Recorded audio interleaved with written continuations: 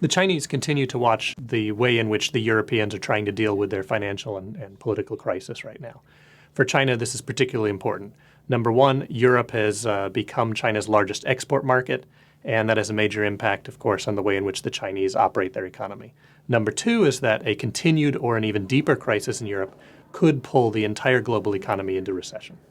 Chinese exports to Europe and to much of the rest of the world saw a particularly sharp drop in 2009. This was something that the Chinese government had to rush to stabilize. They counteracted that dip in exports with a huge increase in domestic investment. The Chinese had hoped during that time that the Europeans would simply build themselves back up, pull themselves out of this particular crisis, and that China would be able to continue with its fairly rapid expansion of exports to Europe to keep its economy chugging along as China headed towards its 2012 leadership transition.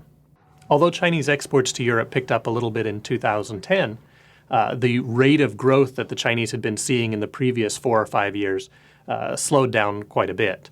The problem for China is that as the pace of export growth slows, the pace of import growth doesn't. The Chinese still need a very large amount of commodities.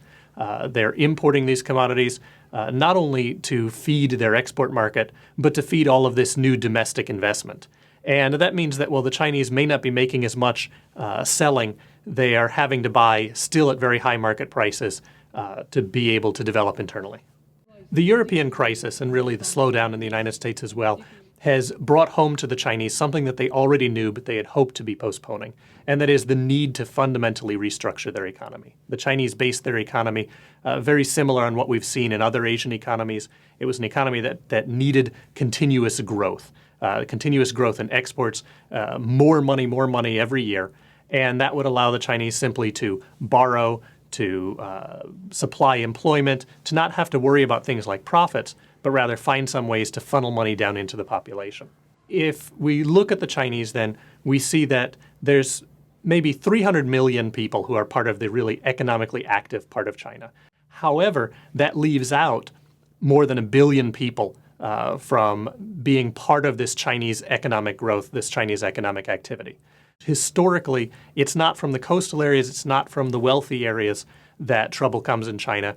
It's from the rural areas, it's from the people who are poorer, it's from the people who aren't connected to this economic system.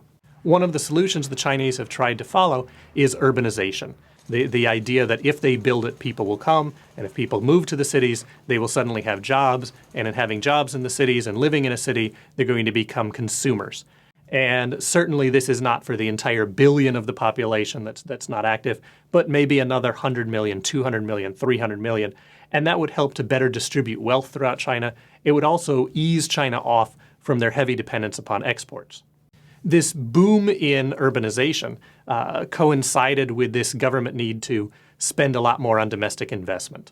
It also fell right inside of what was already building as a speculative bubble in real estate investment. And that investment was coming not only from the coastal populations in China, the ones who were trying to find ways to save for the future and therefore invest in real estate, but also from businesses, from SOEs, who are buying real estate, watching prices go up, and then betting against that real estate or investing or taking out loans against that real estate to be able to continue to operate their businesses.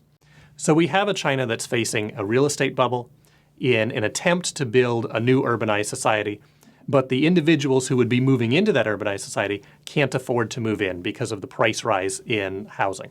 The government is trying to find ways to slow down that rise in price, but if they move too quickly, it can undermine the collateral for the loans from state-owned enterprises, it can pull away the nest egg from their middle class, and that can cause a very rapid backlash against the central government.